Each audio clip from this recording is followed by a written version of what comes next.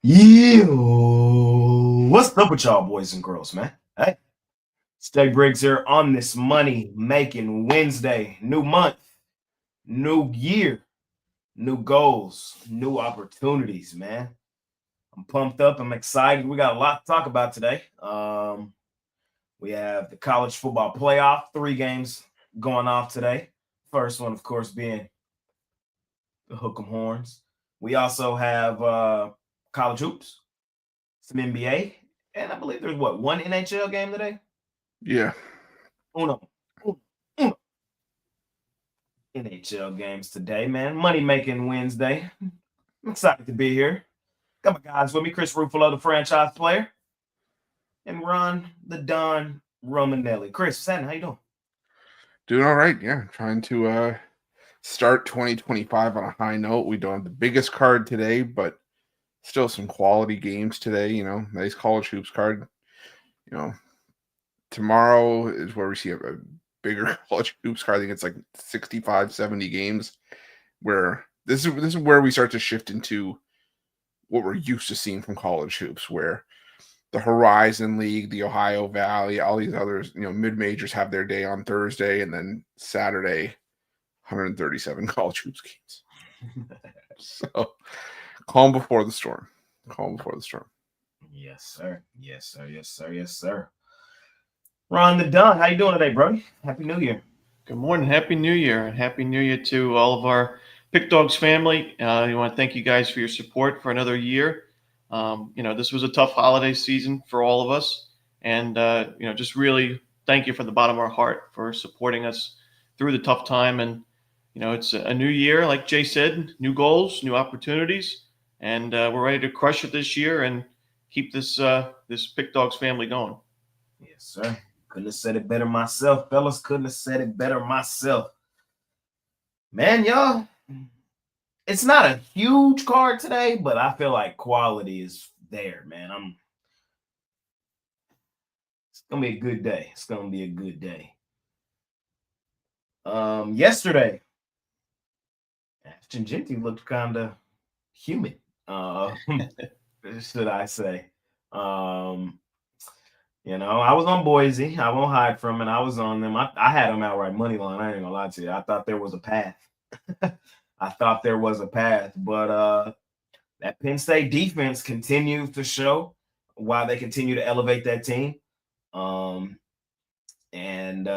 Coach Franklin, shout out to him. Shout out to him. 2 good games, 2 big games under his belt this season. Granted, they were 2 touchdown or double-digit favorites in both.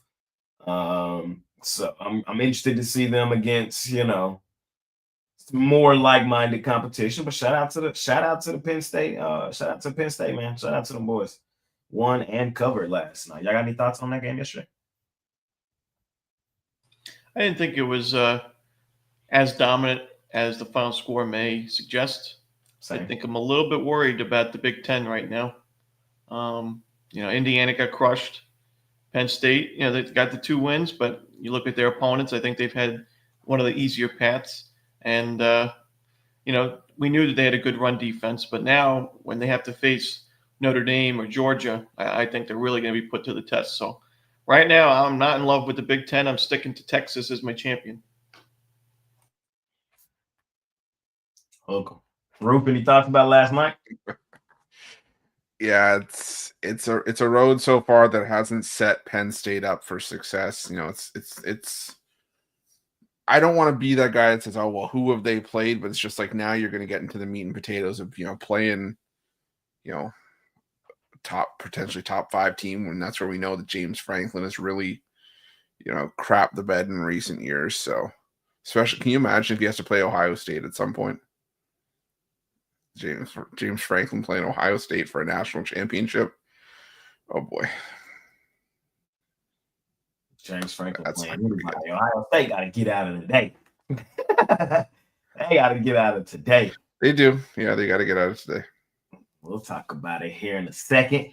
Let me ask you a quick question. How do y'all feel about the format thus far? It's probably a better question to ask after today.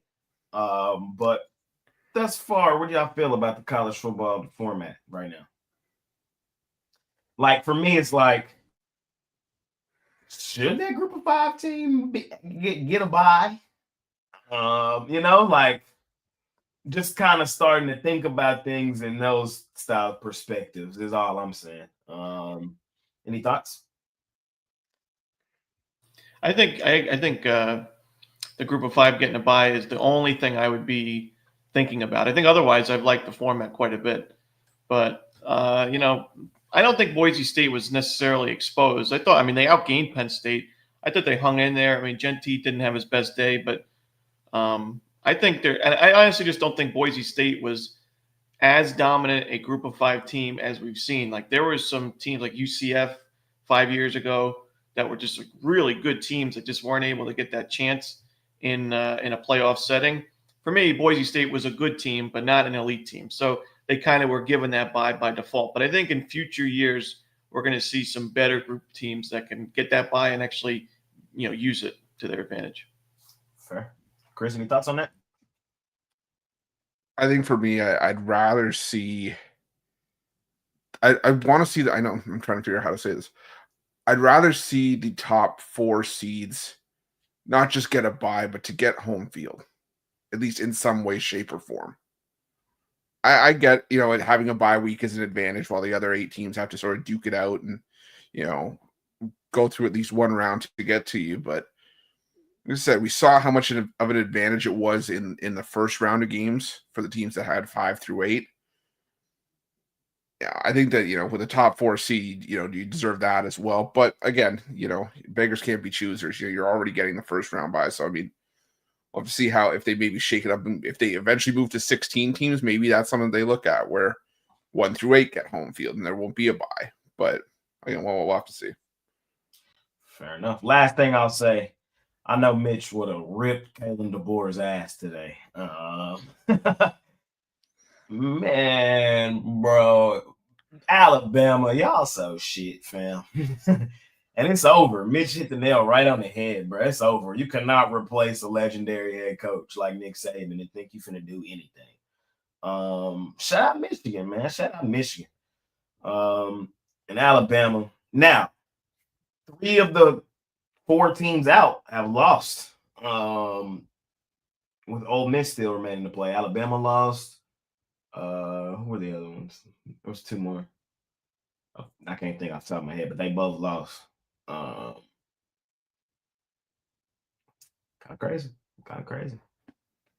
I'm kind of with Ron though. I kind of think this was just a different season. Well, as we progress, because it was like a weird year for the format because of the portal. It's like so much change is going on in college football right now. I think once we kind of get it for like 2 seasons, a little better. I think hindsight being 2020 is big, is to remember with that as well. I mean, going into this, we were talking about how, the Big 12, there was just no real standout team that, had the case to make a top 4, or, the Big 10, obviously had an undefeated in Oregon. But again, at the time we were fine with Boise State getting a top 4 seed, but it's just like, now you look at it, it's just like, oh man, should they have been a top 4 seed? You know what I mean? It's kind of like 6 of one, half dozen of another. We could make the case both ways, but at the time it wasn't a big deal. But I think, like you said, once we start to see it more often, and once we start to get a couple more college football playoffs under our belt, we're going to be like, okay, trial and error. This is what we learn going forward. Fair enough, fellas. Well, money-making Wednesday, man. First money-making day of the season, of the year, I should say. Let's start in college hoops, man. We got games starting within the hour. First game on the board is Miami Canes playing Boston College. We got Youngstown State versus Iapui, aka IU Indy. We got PFW Changs, Purdue Fort Wayne versus North Kentucky. UNC Greensboro versus Wofford. VMI versus East Tennessee State. Howard versus Yale. Furman versus West Carolina. UConn versus DePaul. Cal versus Pitt. Evansville versus the Salukis. We'll stop there. We'll do it in 2. Franchise? Lead off, man. What you got for us here? Yeah, I think today I'm going to take the Salukis. I'm going to lay the 7. Evansville, you got the win over Missouri State last time out. You shut down Missouri State. I think that was more about Missouri State not being able to hit water if they fell out of a boat than it was about Evansville. Southern Illinois is still the better team here. Evansville has a lot of work to do to prove to me that they're not the worst team in the Missouri Valley once again. The success they had, last year was because of a lot of transfers that came in, and then the transfers now are gone. So they basically had to rebuild this team, and I think Southern Illinois takes advantage being at home here. I think they win this one by double digits. So give me the Salukis. And if it ain't broke, don't fix it. What do I always say about DePaul basketball? They crush it. They crush it in non-conference play when they play the lesser teams. But when they get into conference play, they stink up the joint. And this is a team that has one winning Big Ten season since joining the conference in 2005.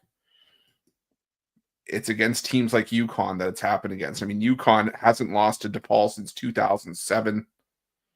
Since UConn rejoined the Big East in 2020, they're 9-0 straight up, 7-2 against the number. They won both meetings by, I think, 35 and 26 last year. So give me UConn letting the points. Ron the Don Romanelli. Yeah, I'm looking at that Miami and Boston College game. Got Miami 4-8. They've been one of the more disappointing teams to start, but they are favored on the road in this game. I think for good reason.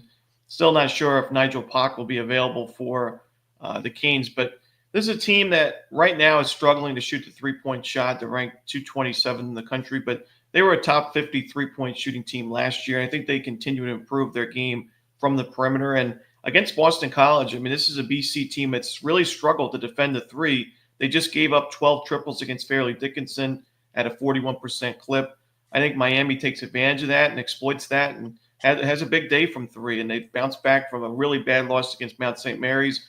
We're getting the King. I think if this game was played at the beginning of the season, Miami would be a 7+, maybe even double-digit favorite. And because of the records on paper and that most recent loss, you only land basically a pick 'em. So I'm going to go with Miami.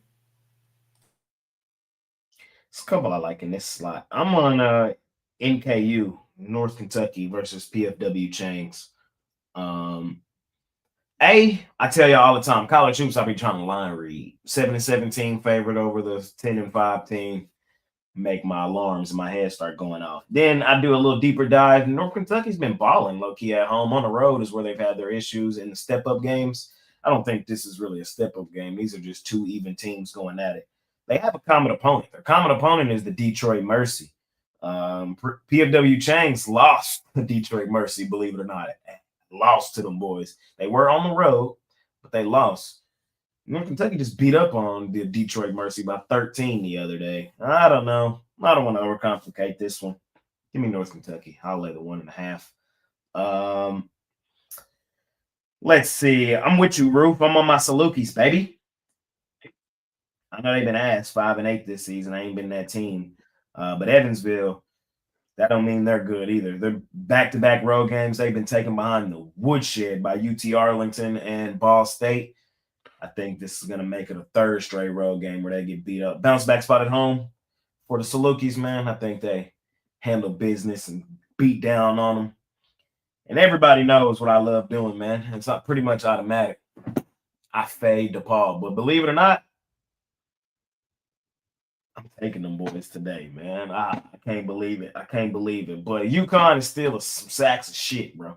And that's my story. I'm sticking to it. Dan Hurley, he pissed me off earlier this season when he was doing all that crying. We see that. Yeah, see, he pissed me off earlier this season when he was doing all that crying. And, if you're crying about neutral site tournaments, I'm a little worried about your team now in this conference play, especially early season. I know the narrative on DePaul. Trust me, bro. I know, y'all. I'm the person that beats up on DePaul. I'm the person that fades them blindly. I got a gut feeling today, these boys come and compete. We're getting 12.5 on our back pocket, or 11.5. It's not like they're single favorites. I mean, single digits. We're getting double digits here. Come on, DePaul. Let's shock the world. Let's shock the world, DePaul. Y'all ain't got to join me. I'm just letting y'all know. So we'll see. See if them boys can pull it off. Let's keep it rolling. We have Rice versus Tulsa. We got I don't like Drake versus UIC. Chattanooga versus Mercer. Stanford versus Clemson. North Carolina versus Louisville. Villanova versus Butler. Bradley versus Indiana State. The Citadel, a.k.a. versus Valpo. Missouri State. Valpo versus Missouri State, sorry. And then Belmont versus Northern Iowa. What did Belmont do yesterday? They got to take them on that shit. They ass. It's so terrible. Romanelli, what you got here, my man? Yeah, I like Clemson over Stanford. Big favorite in this one. Clemson, it's been an up and down season. Recently, they had 2 overtime losses back-to-back. Tough games when you lose an OT against Memphis and South Carolina. But they bounced back last time out against Wake Forest. And I like this team at home. I think this is a sneaky good team in the ACC this year. And Stanford, we're going to hear a lot about the travel in the ACC having to play across the coast. I don't think it really has anything to do with that. I just don't think Stanford matches up well in this game, and I do think they struggle quite a bit in the conference this year. I think they'll finish near the bottom of the standings. There are some weaker teams in the conference this year, so I don't think they'll be dead last, but I just don't love this Stanford team, and I think Clemson gets the blowout win. And then for me, this game was very, very close to making my premiums, so maybe you could call it a freemium if you want, but I like Louisville. I've not given up on Louisville. I've backed them plenty of times. They've burned me a few times.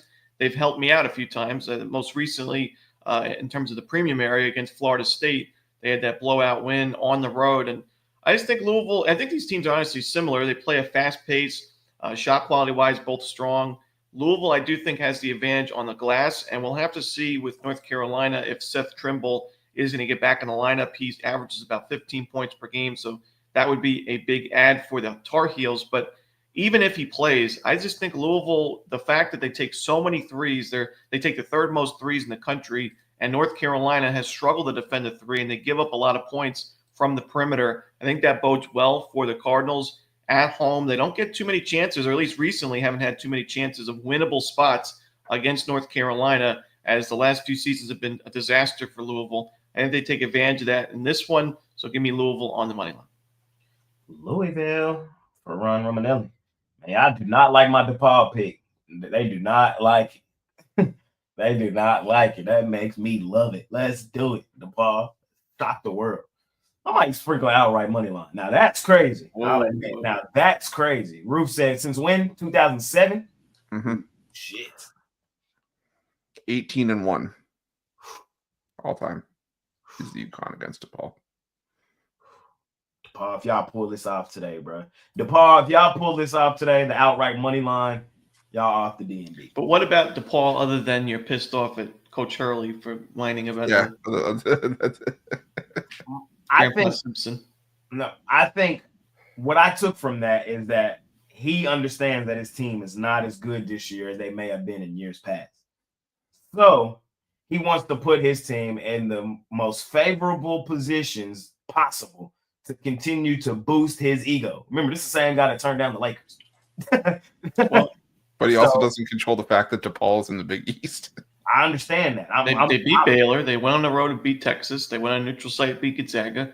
They just beat Butler on the road. I'm well aware of that. But I just think 11.5 is too many. I think DePaul, they've heard it all, man. They've heard it all. And today's the day. Today's the day they come in here and compete. And down goes UConn. First day of the year, too. I think it just sets up. We'll see.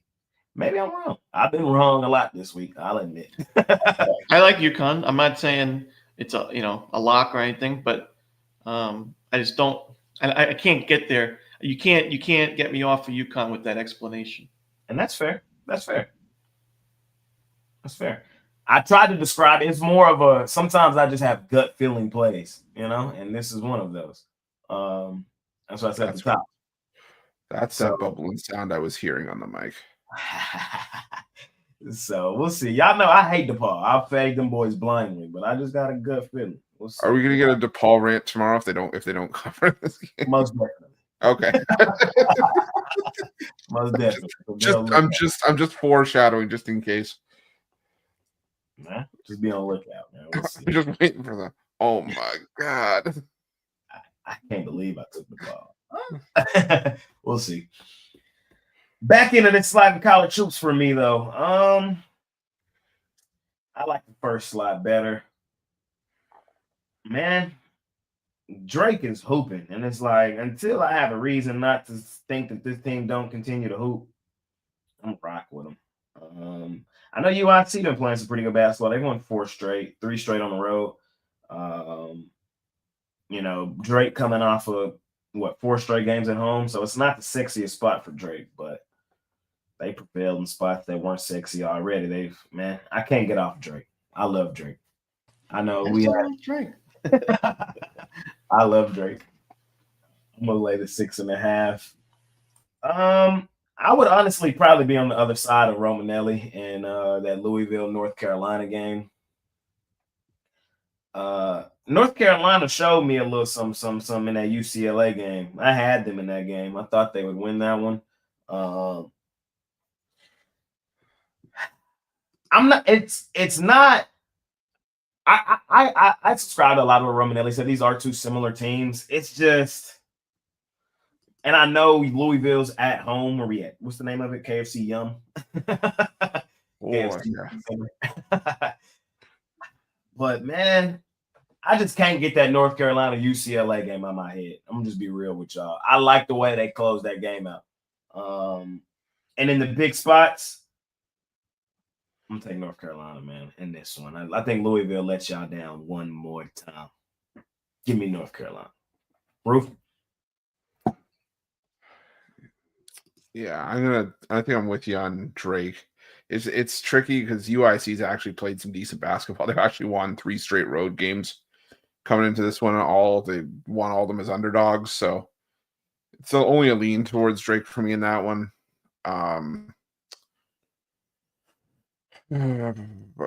Would you say you love Drake? Would you say that? I don't like Drake. I love Drake.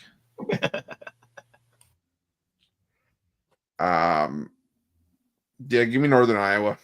What I always say about Northern Iowa is that they either lose outright or they win by margin, and it's one of those things where if they're not a top 100 team, they're probably not going to be able to back them to beat Northern Iowa here. Belmont's got some serious defensive issues that don't play well against Northern Iowa. Northern Iowa, a team that can beat you from outside, beat you from inside the perimeter, and Belmont's defense is just really, really susceptible to giving up a lot of points. So give me Northern Iowa laying the 6.5 at home.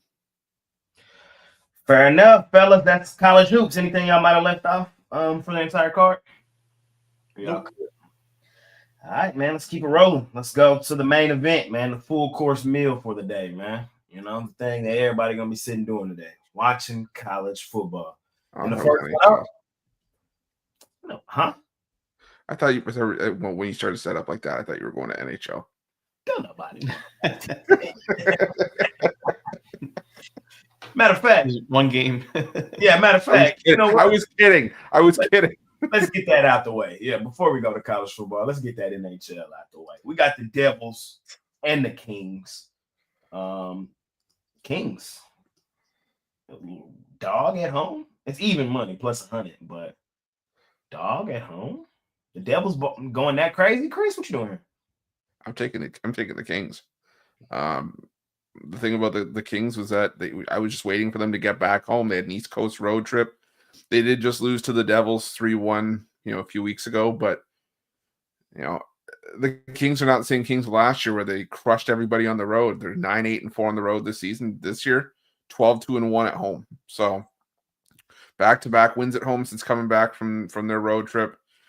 The Devils so far on their road trip, losses to Carolina and Anaheim.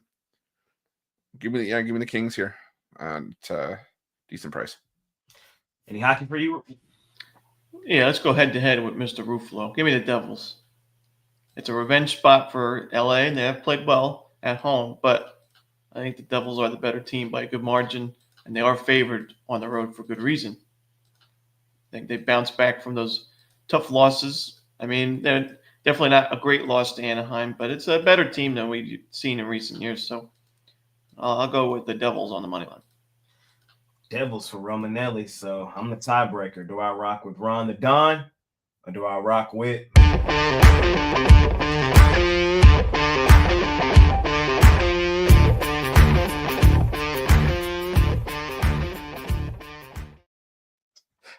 It's the worst for me is when I know it's coming.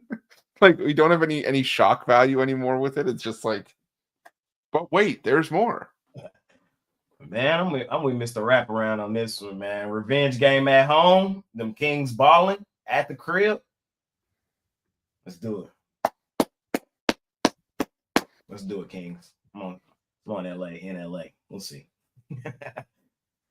we shall see. Romanelli did say one of my lines. They favored on the road for a reason. We shall see. I'm gonna rock with the Kings. I only said that to try to get you on the Devils with me. Yeah. Let's go, Kings. Let's see if they can do it today. I'm getting plus 100. I might sprinkle a little something on that later. But all right, fellas. Now let's get to the full course meal. Now let's go to college football, man. First game up. Them hook 'em horns, man. Laying 13 currently on the Arizona State Sun Devils. Chris, what you doing here? Yeah, I'm still leaning towards Arizona State in the points. Another game where I think that it's going to be close to the line. I do think Texas wins, but I think it's closer to a 10-point win. I just think, Cam Scatterbo is going to be able to run the football. He's going to be able to do enough. Sam Levitt's going to be able to complete enough passes to keep this Arizona State team competitive. But I think in the end, I trust Texas to get the stops they have to late to get the win in this one. Like I said, I've been waiting to have this kind of shot with Arizona State, but I don't know if they can pull off the outright upset here. So I'm gonna take the Sun Devils in the points. Don't know if I can get to the money line. Fair enough. Romanelli, you told us earlier you got them horns winning it all. Mm-hmm. That means you got them laying 13 today on Arizona State? I got the under in this one. I think it's going to be close for the spread. I think Texas, I could see a 10-point win for the Longhorns. But for me, I think the under is the better play because you get Texas coming off that high-scoring game against Clemson and a game where their defense probably, you could say, was exposed the most all season. I mean, the game that was the weakest before that in terms of yards and first downs was the Gators, and they still won 49-17 in that one. So for the first time this season, Texas gave up 400-plus yards, 300 passing yards. A little bit scary for me, but I don't think Arizona State has the offense to consistently beat the Texas defense. A few drives here and there, but also this is not a great Arizona State special teams unit. Their kicking game is at a 50% rate this year. So if Texas is forcing field goal opportunities and Sun Devils aren't able to cash in, those are perfect for unders. I think we see a lot of TFLs, some sacks, some turnovers, some missed field goals, and kind of a sloppy and tough to watch game at times. But I think we go under the number. Fair enough. I'm on Arizona State plus the points in this one. I know I'm in all my Texas gear. We're winning this football game. You know what I mean? Of course, we're winning the game. But I just think that from a spread perspective, people are kind of underestimating this Arizona State team. That's just how I look at it. And I think the head coach of Texas, Steve Sarkisian, summed it up best, bro. How long was Texas in the Big 12? They have 4 conference champions. That's it. Arizona State in their first year went and got one. Now, I know some people say, well, Texas and Oklahoma left. Still, that's, you know what I mean? I think the Big 12, is the most disrespected conference. I tell you this all the time. That's just my thoughts. But I think Arizona State competes in this football game. I think Texas is the best defense in the country. I do kind of worry because of what Clemson did, but I don't think Arizona State can attack the Texas defense in the same way that Clemson could. Klubnik has grown up, and I don't think enough people have saw that. Klubnik has really grown up. He's actually been one of the best college. He was actually one of the best quarterbacks this year.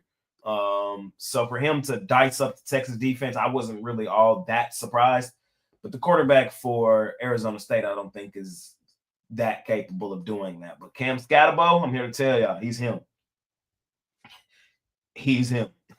I love me some Scatterbo. And I think I know we saw Genty kind of get boxed up last night by a good defense.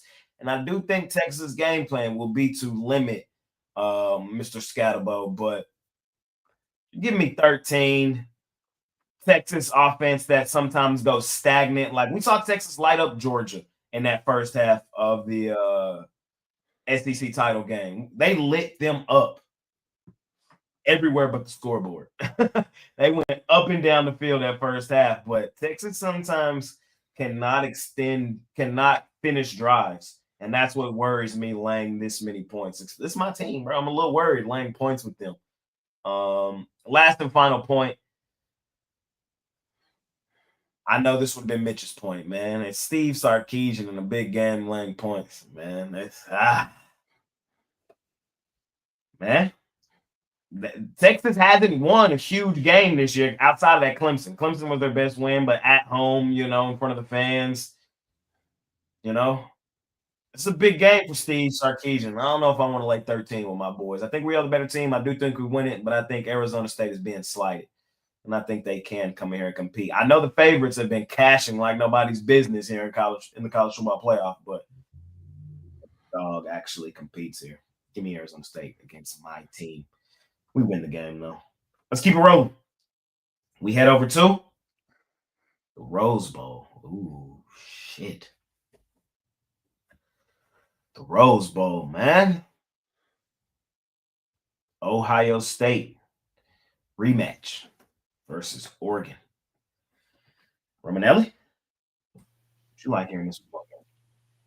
Well, I'm also on the under in this one. It's another sexy pick for me. Ohio State didn't really run the football that often as much as some of the other good teams did in the regular season. Right around, I would say the final few weeks, right around 30 times per game. But I think that's going to go up to about 40 plus in this one because Oregon has a stellar pass defense, but their run defense, not so great. Down the stretch, we saw even a team like Purdue run all over them, Penn State in the Big Ten championship. So I think that Ohio State's really going to focus on the ground game. I'm not a big Will Howard fan, so I think we see a lot of clock being chewed in this ball game. Oregon on the other side, I think their game's going to probably be the opposite. I think they look to exploit Ohio State pass defense that is beatable. The Buckeyes have one of the best run defenses in the country, giving up less than 3 yards per carry. They also have a great pass rush so that you get a lot of sacks in this one. I think we see, similar to what I just said about the previous game, a lot of TFLs, a lot of sacks, and we go under.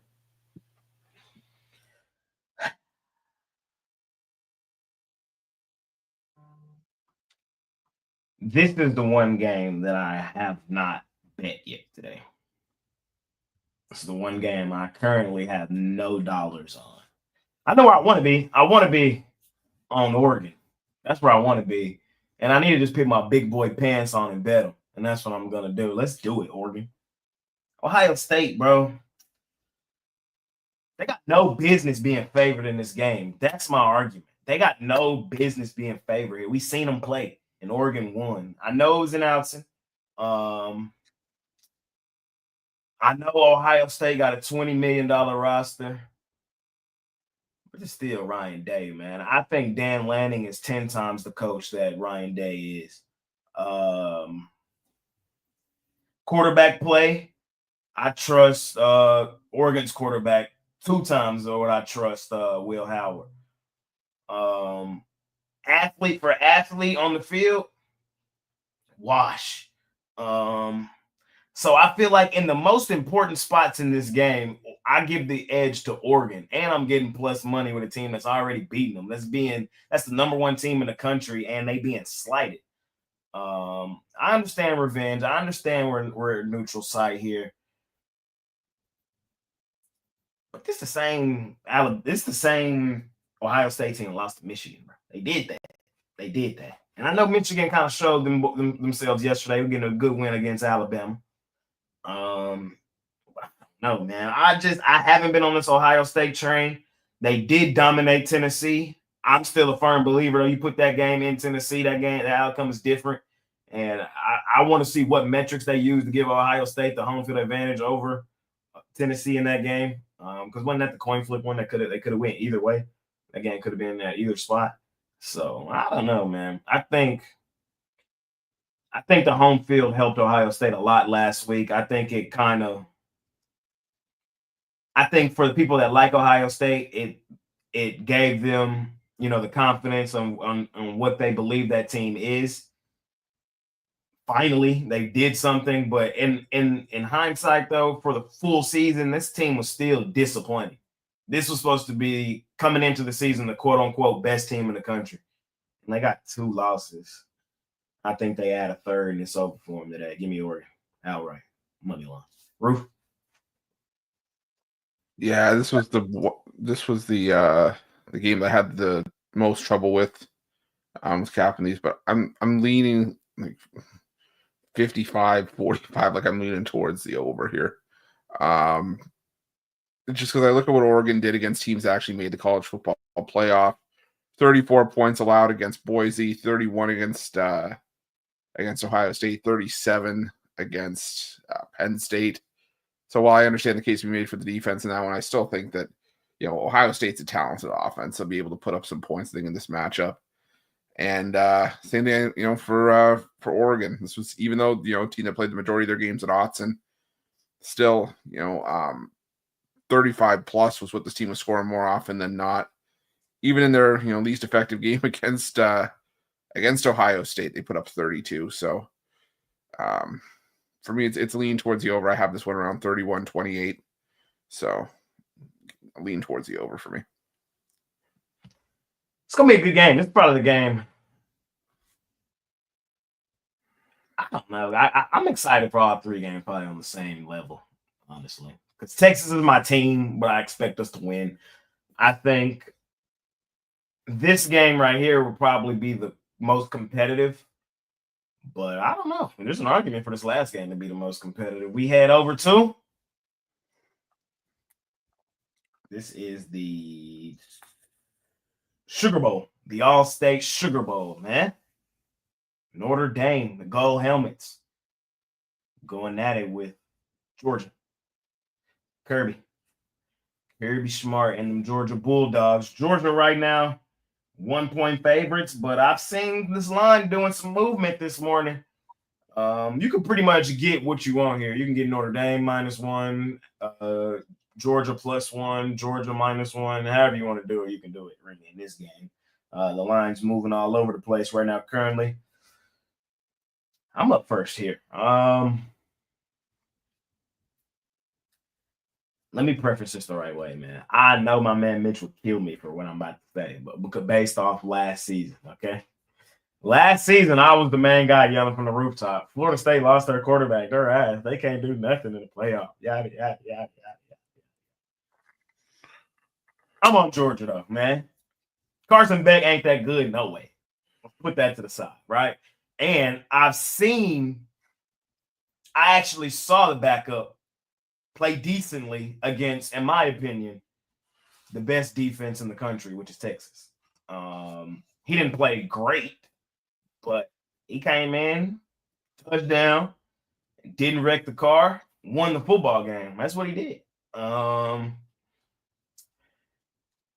Here's where I give the edges in this game. I think Notre Dame, Georgia is by far the best team Notre Dame will have played this season. I don't think Notre Dame's the best team Georgia has played this year. I give the head coaching edge to Georgia. So for me, I'm getting the more battle-tested team, the more well-coached team.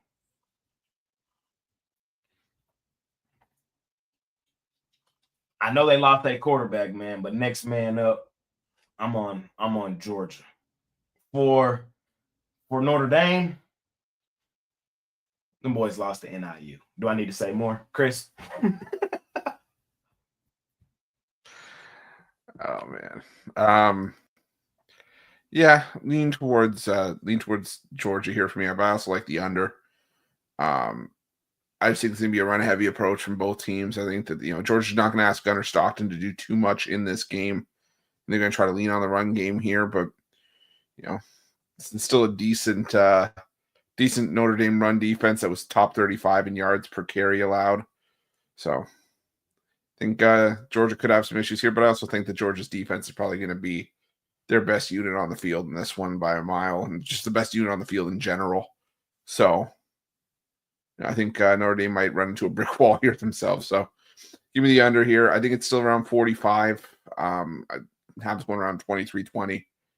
So give me the under. Should be a great game, but I got to agree with my man Jay. I think you kind of stole the points I was going to say. The strength of schedule is the biggest thing for me.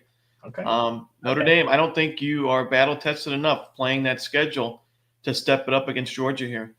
I mean, you look at even in their first round of the playoff, Indiana. I mean, Chris might like Kurt Cignetti and the boys, but I've said I think they're the biggest frauds in the country. And when you look at USC, Army, Virginia, Florida State, Navy, Georgia Tech, Stanford, Louisville, Miami, Ohio, Purdue, you lost to NIU, and at Texas A&M. Toughest game of the season, probably at Texas A&M. At Texas A&M, yeah. And you won that game by 10 in a game that could have went either way late. I mean, Georgia, which one's their toughest? The neutral site against Clemson, the road game at Alabama, the road game at Texas, the neutral site against Texas, at Ole Miss. I mean, they played a much tougher schedule. I think Gunnar Stockton is actually an upgrade over Carson Beck. Low key. I mean, people, they think backup quarterback, but this is a highly touted prospect, recruit. So I think Gunnar Stockton, like you said, they're not going to ask him to make too many plays himself, but he can if he has to.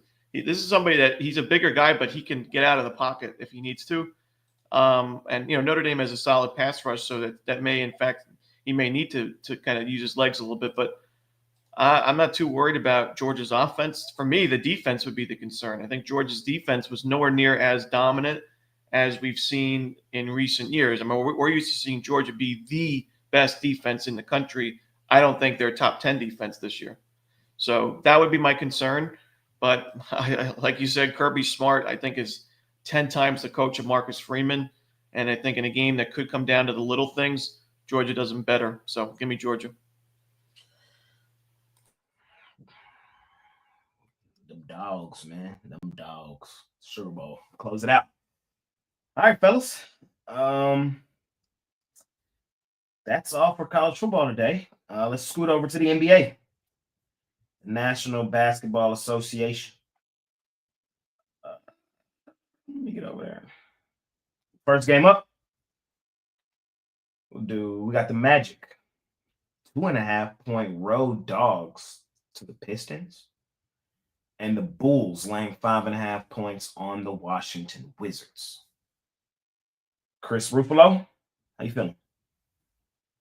Yeah, give me the Bulls here. Chicago. Boo! Sorry. Yeah, give me the Bulls. I just think the Wizards had one game against the Knicks where they were able to keep a game close, but now we're at 23 of their 25 losses have been by double digits. The Chicago Bulls played their better basketball on the road. Straight fade of Washington for me more than anything else. So give me the Chicago Bulls laying the 6. Romanelli? Yeah, I'm going to take the Pistons here. Healthier team. Coming off the loss to Denver, that's a tough spot to be in at Denver. Nuggets shot 48% from 3 in that one. It's just, if you're on the road and a team goes crazy from the perimeter like that, you're just not going to win. But the game was 60-60 in the paint. even with a guy like Jokic on the other side. So that's pretty impressive for me for Detroit offensively to be able to get that done. And I think that there's in the current state of these rosters, the better team. Now, if Orlando's full strength, you may think otherwise, but I think the Pistons have a winnable shot here at home. I'm gonna agree with Ron. I gotta fade my Magic, bro. Oh man, it don't even feel right, but it got to be done. They're on the road. They're not at home where I just blindly bet them. They're on the road, and we can fade them in certain situations and spots on the road. And I like the spot and situation here for the Pistons. Bounce back spot at home. That, guess what, also happens to be a revenge game. They lost to Orlando back in November, 111-100 in Orlando. There's a chance for some revenge. So give me the Pistons here in this one. Laying 2.5. Pistons are not the team from a season ago. Right now, currently, what are the Pistons ATS? They are 16-15-1 this season. So, hanging around right around 500. That means to me they're not a fade. They're not a just bet on. They're just a figure out their spot the situation style team. And I'd like the spot and situation for them today. So give me Detroit. Roof, I'm going to have to take the Wizards. I know. And I do agree with a lot of what you said there. It's your funeral. I know. The Bulls have played much better basketball on the road, but I kind of like what I've seen from the Wizards recently. I do. Beat Charlotte at home. Should have beat New York at home in that first game. I don't care what nobody says. They should have won that fucking game. I had them plus points in that one. Then I took them again the second night, and they were competing most of the way through. Knicks kind of pulled away from them in the end in that last one in the quick revenge spot. Or not the quick revenge spot. The quick revenge ATS spot. It's not a thing, but I say that to say I'm just playing the spot and situation here for the Wizards. Bounce back spot at home that happens to be a revenge game. It's the same spot that was for the Pistons. The Bulls aired them out 127-108 back early in November when the Pistons were playing. When the Wizards were playing terrible. They're not playing all that bad right now, and it wouldn't shock me if this game came right down to it. Lean towards the Wizards plus the points. Keep it rolling, fellas. We got the Miami Heat laying 8.5 points on the New Orleans Pelicans. We got the New York Knicks laying 13.5 on the Jazz. Romanelli? I don't want you to refer to them as the New York Knicks anymore. I want you to refer to them as the overrated and overvalued New York Knicks, because that's what you think they are. But we are not, and we are going to run Utah out of the building with a revenge win at home. I got to go with the Knicks and lay the points. The Knicks, they are a weird team. They went to overtime with the Wizards a couple of games ago. Then they played the same team a couple of days later and beat them by 20. The Knicks can be tough to read, but I still think this is the second best team in the East. Sorry, Cleveland. And I think the Knicks roll in this one. Utah just not enough on the road. The way Cleveland ball, you can't say that with a straight face. You just can't. Straight face. Well, all right. I'll say 2A and 2B. Celtics are number 1, and the Knicks are 2B right now, but they'll take over by the end of the season. All right. Fair. The Knicks are overrated and overvalued. Simple, but they should kick the crap out of the Jazz today. I'm leaning towards the Knicks. Overrated and overvalued teams do win and cover sometimes. The Knicks, they've actually been high recently, 17-15-1 ATS for the full season. So they're not the money-making machine that you Knicks fans want to portray them to be, but they're not nearly as bad as I try to portray them to be either. So it's a middle ground that we all got to find. And I think today's a good spot for them, though. Bounce back spot at home. Not bounce back, but a revenge game at home after they lost to the Jazz of all teams. I'll lose to the Jazz in Utah. So I think they come in locked in here today in the Garden, New Year's Day. I don't like betting the Jazz on the road. It's a big boy number to lay with New York, but they should beat up on the Jazz today. I'll lay it. And that Heat Pelicans game is really a pass for me. I hate laying extended numbers with Miami forced to play it. I would lean Miami laying the points. New Orleans has been better recently, but they're also coming off a significant homestand. So it's like their ATS numbers for me are kind of tainted because they were so bad to start the season. They were so banged up that they started getting really favorable lines at home. They're still the third worst ATS team in the league. They're 12-21 against the number, the Pelicans. So now that they're not at home, I think we're just back to blindly fading them. I hate laying extended numbers with Miami. Y'all know that, especially in Miami. But there's really nowhere else to go. Give me the Heat. I'm going to lay it. Roof? Shout out Tyler Hero. Tyler Hero need to do something after how Thompson did him. So maybe Tyler come out hooping. We'll see. Yeah, if Brunson goes here, I'm all over the Knicks. Just a fade of the Jazz more than anything else. Yeah, it's the only one I like in this time. So if I don't want to lay points to the Heat, but back in the Pelicans isn't an option. So Knicks and a blow up for me here. Fair enough.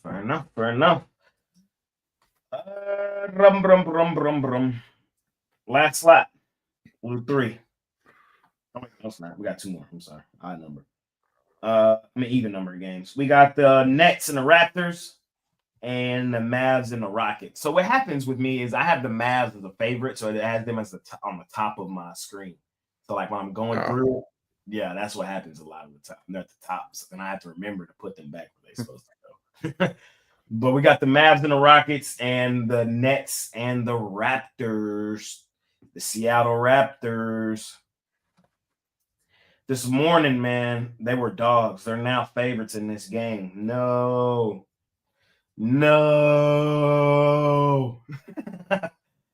I wanted them at 1.5 dogs. You give me Toronto dog at home, sign me up. Now laying 1.5, ooh, make my stomach hurt. I know, a 1-point line. I like spots and situations, though. That's how I attack the NBA. So I like to attack teams in the situations that they play well, and the Toronto Raptors play well as an underdog. How many times have they been favored this season? What, once? Let me see. As favorites, let me see. Toronto.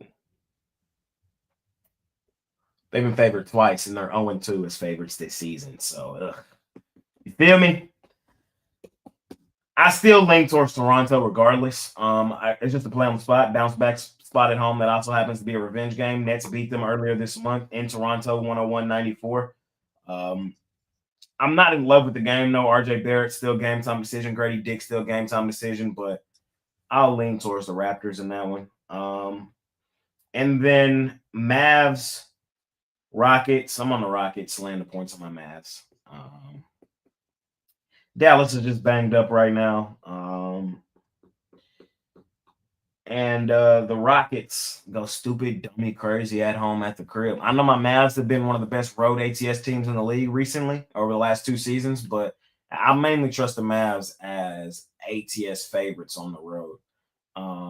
The Rockets actually match up really well with what Dallas tries to do, especially with Luka out of the lineup. Rockets been balling this year. I just don't like the spot for my Mavs tonight. Give me the Rockets. Later points. Roof? Yeah, I lean towards the Rockets for me here. Just like you said, they've been one of the best home favorites in the NBA since the start of last season.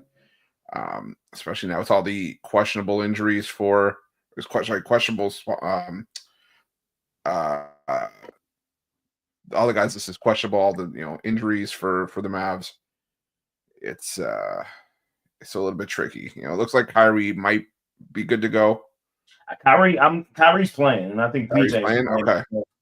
Anything on Clay? No, I haven't got no word on Clay, but I'm about 90% sure that Kyrie's playing tonight. Yeah. I'll still stick with Houston here, though.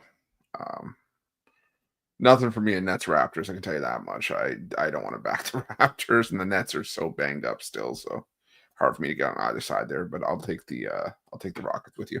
I actually talked to Clay this morning. He said he's playing, so there we go. For that reason, I'll be taking the Dallas Mavericks on the Wow. money line. Wow. Plus money. Give me Dallas. I think the last game, I was on the Kings. It was one of my favorite plays of the season, honestly, so far. But I think it was a horrible spot and a horrible matchup, and then the injuries come in. Dallas started the game in the first quarter, just went crazy from three. And then it was just clear they weren't going to be able. Yeah, what were they, up 18 points at some point? Yeah, I knew I was dead.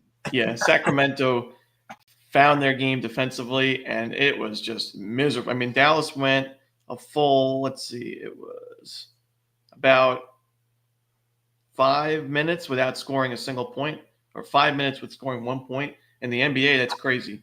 So for me, it's just now I think Dallas, though, getting those guys back, and I watched their game against the Kings. I thought they played well defensively. I think Sacramento made some tough shots. De'Aaron Fox made some tough shots.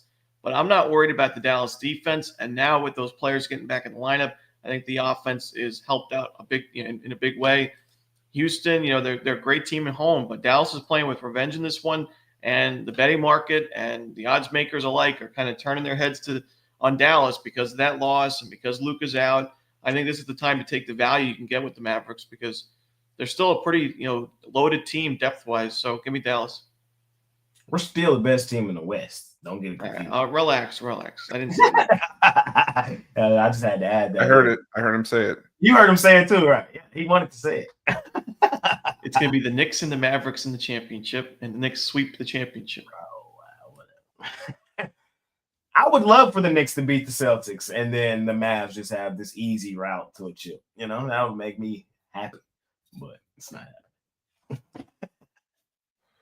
Last slide of the day for real this time. We got the Hawks on Hawk Romanelli Wednesday. What are the odds that the Hawks play on Wednesday to start the year? What are the odds with Romanelli there? They're 5.5-point road dogs in that one. Then we got the Kings. Where are they laying? 7, 6.5. Beer line shopping. You can get either one, depending on which side you like. Ruffalo, last 2 games for the card today. What you like, my man? Yeah, I'm. And that Hawks game was, tricky because I kept saying to myself, "It's Wednesday. Of course, I got to take the Hawks." But it's like, it's in Denver. It's in Denver. Maybe I lean towards the over, but I'm gonna take the Sixers. I know that there was a lot of comments about, oh, you filmed the videos too early because now Joel Embiid's up. It's one of those things where guys we can record all the videos we want the night before, whatever. How it's often happened where we operate as if a guy is playing and then 30 minutes before the game he's ruled out. So don't give me none of that bull crap.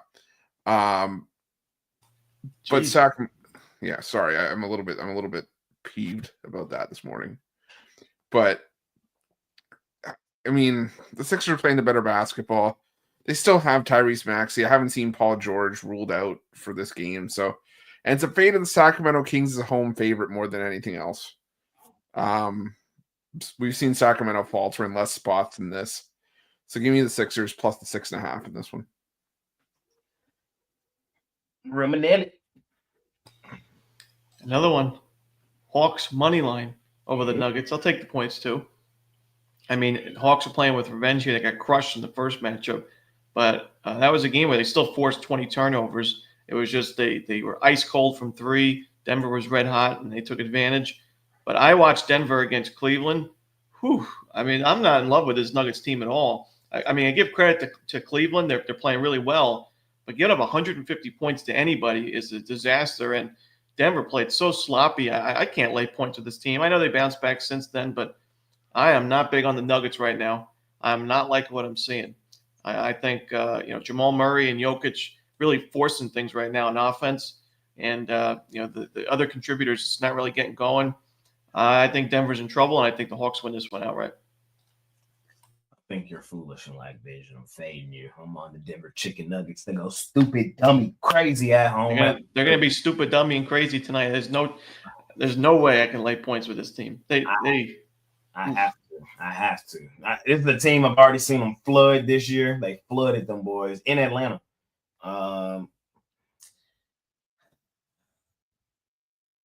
Any other team I would have probably taken Atlanta, honestly, because the Hawks. I get why people are on the Hawks. I'm not just saying you're an idiot. There's an angle. The Hawks have been that team that has played well against the top tier teams in the league and has won outright. We've seen them beat Boston, Cleveland, New York, all as dogs in this range. But come on, Denver, bro. Fuck Denver. Like, lock in. Let's do Wednesday. It is Wednesday, but not in Denver, though. Not in Denver. I can't. Not in Denver. I wouldn't be surprised if Denver won this game by 20. The Hawks are just really banged up. They've been playing decently right now. I know they're not on the D&B, but it's not like they're a profitable ATS either. I know the Nuggets aren't either. These are two bad ATS teams this season. What are the numbers?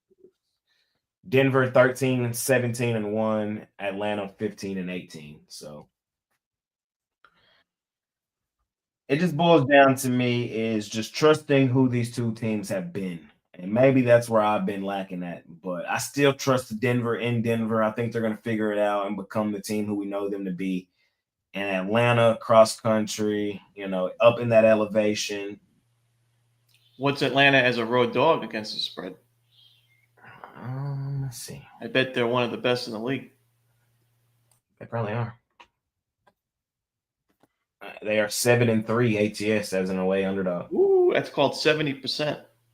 And that is called 70%. And technically, they're third best. Cleveland's 3-0. Wow.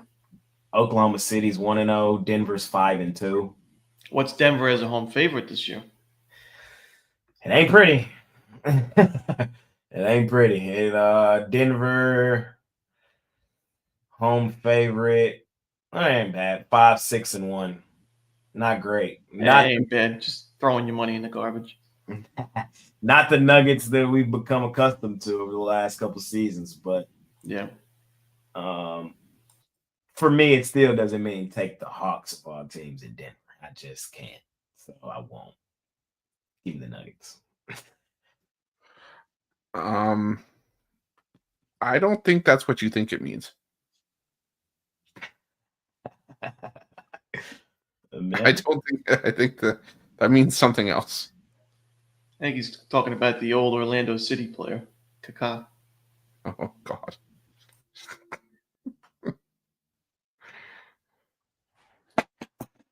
Man, but that's everything for today, fellas. That's it. Oh, wait. No, it's not it. No, it's not it. What am I doing?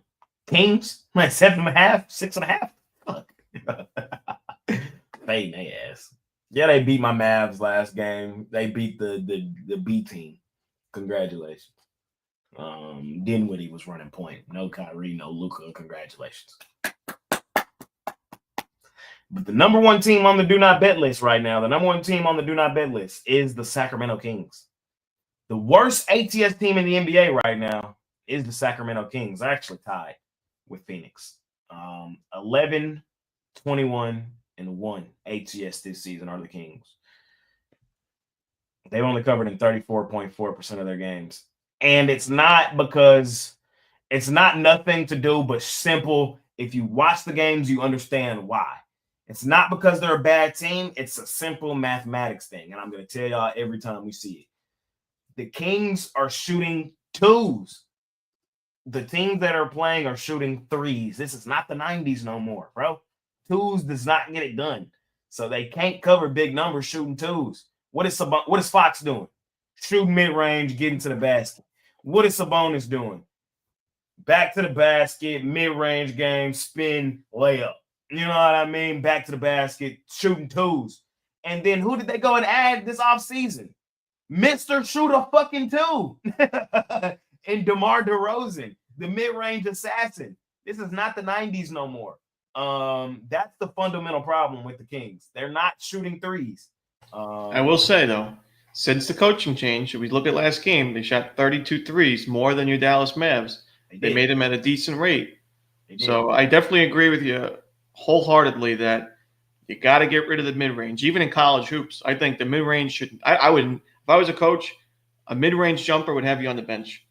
There's no reason to take a mid-range jumper in today's day in basketball. You either take it to the rim or you take a three. NBA, you take more threes. College, I'd say you mix in more shots at the rim. You can draw contact, get into the bonus. That is definitely the problem with the Kings offense, but we'll see with the coaching change if they kind of adapt their game a little bit. But I mean, word for word, Philadelphia. Let's see, they're kind of in the same boat though. I mean, their rim and three rate is one of the worst in the league. So I would lean towards Philadelphia myself, but definitely I agree with you at that point. Yes, sir. And that's the problem with the NBA right now as a whole. Basketball is a solved game. We've solved it. We've solved how to play it. That's really the only game right now that's kind of been solved. It's a mathematics thing, bro. You shoot more threes, you make more threes, they count for more, they're worth more. There's no reason to shoot a mid-range. That's what's wrong with the game. Football, there's so many people on the field, there's so many different aspects of the game, you can't really solve football. But basketball as a game has been solved from a mathematics standpoint. So it is what it is, be what it be. I think I saw somebody say maybe a fix would be we would have to change the scoring. Make a 3-pointer worth 4 and make the 2s worth 3. I'm not fully educated on the subject right now to explain it 100% to y'all right now, but the math kind of works out in the long run where it would bring back where the mid-range game is more relevant. I need to read up a little bit more on this subject. I was kind of watching something the other day. I love hoops, bro. I love it. So now, obviously, if you're leaving guys wide open from mid-range, of course, and they're, sharp shooters, that's fine. But I'm talking about contested mid-range jumpers. Why would you ever?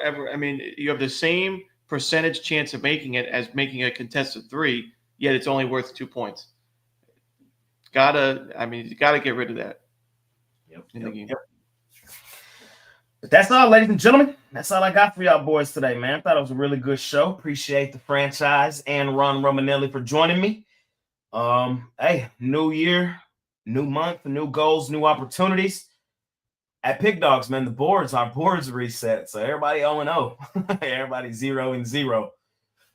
Somebody gonna be the top of the leaderboard today. Chris, this is gonna be you. What you got for sale today over at Pick Dogs Premium?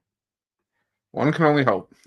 For me today, I got my college basketball play of the day for $15. I got that as part of a 3-pack for college hoops that I really, really, really love to start the year. So jump on that. Or I also got my college football playoff game of the day. So jump on that for $25 or hop on something long term and start from day one and start getting you some money from January 1st on. Hop on with the franchise, man. Let's make it a great year. Ron the Don Romanelli, what you got going today? Yeah, I've got 3 plays total. Got a 3-pack where you get my top play in college football, college hoops, and the NBA. Everything individual as well. That college football, it's my play of the week. I honestly could have called it my play of the month.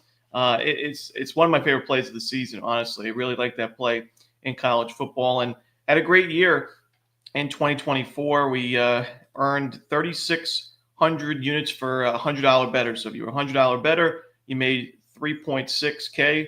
Solid season. Looking to replicate it in 2025 as well. So you can check out my long-term plans. Check out that yearly pass to get every single play I release across all sports all year. If you're $1,000 better, you made 30. 36, yeah. You know what I mean? Different strokes for different folks. Bet responsibly. Bet your unit size. Today, you can hop on with me, man. I have a college football player of the day. I have a college hoops player of the day. And I have an NBA player of the day. I might have 2 NBA plays in there for my long-term folk, though. So, like, either 3 to 5 plays total is what it's going to be. Just depending on how many NBA I have. But I definitely have something for y'all for every sport today. Money Making Wednesday, new month, new year, new goals, new opportunities, man. Let's start it off on the right foot. It's kind of crazy, man. It's new year without money, man. Mitch, man. But we're going to keep the torch running, man. We're going to keep it running. That's what I'm trying to do. Keep the torch pushing for my man, for my GOAT. And I know the guys right here with me, man. I appreciate y'all as a community. I appreciate y'all as y'all continue to uplift us. And, man, let's do it, man. Let's make this year one to remember. Last year for me, let me just say thank you to all of y'all, man. My life has truly changed, over the last couple of years, man. Last night was kind of a night to really reflect on that. You guys mean so much to me, man. Like, just to wake up and do this on the daily, I don't think y'all understand, man. So I appreciate y'all more than y'all know, man. Let's keep it rolling, bro. Let's continue to make some money. Let's continue to kick the crap out of the books, man. Let's do it. Let's do it. Let's do it. Y'all know what time it is. Parlay, parlay, parlay, parlay, parlay, parlay. Run this game. Franchise, what you got for me, my man? Lead us off. I got 2 parlays I'm going to take today. I'm going to take for just a normal parlay. We'll go with Drake. We'll go with the Los Angeles Kings and the over in Oregon, Ohio State. And just for a long shot player prop parlay, all these guys for a triple-double. Josh Giddey, Josh Hart, Nikola Jokic. You can round robin them if you want. Come. Romanelli. How about those Miami Canes so far, 20-6? I'm going to go with Louisville on the money line, Atlanta Hawks on the money line, and the Dallas Mavericks, my Mavericks, on the money line. Fair. I'm going to go with my New York Knicks laying the points. I'm going to go with let's go with Arizona State plus the points against Texas. And let's go with the Salukis laying the points in college hoops. Little 3-teamer, cross sport action. Money making Wednesday, ladies and gentlemen. Appreciate y'all, man. Any final words from you two, fellas, before we get out of here? Happy New Year, everybody. Make it a big year. Roof? There's nothing else I could add to that. I think that sums it up perfectly. Fair enough, man. We got some college football starting in about 45 minutes. Get your snacks together, man. Get all your affairs in order. Tell everybody, leave me alone. I'm watching football today. Okay? If you need to play them this clip, play them this clip. Leave me alone. I'm watching college football today. Happy New Year. See y'all tomorrow. Jam session will be up after the show, man. We're out of here. Peace.